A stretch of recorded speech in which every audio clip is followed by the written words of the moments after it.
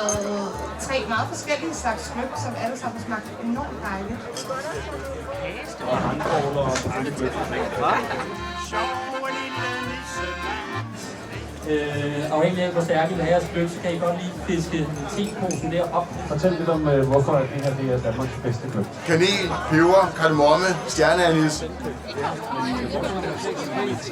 er jo meget en klassisk gløgg. Det er også Lidt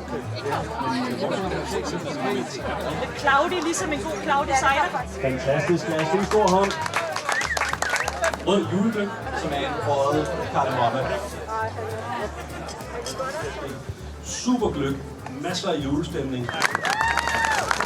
Stor hånd til Søren. Copenhagen Distillery og Zulu. Tak for det. Til Sankt Petri. Nordic Ethanol. Årets gløgg 2000.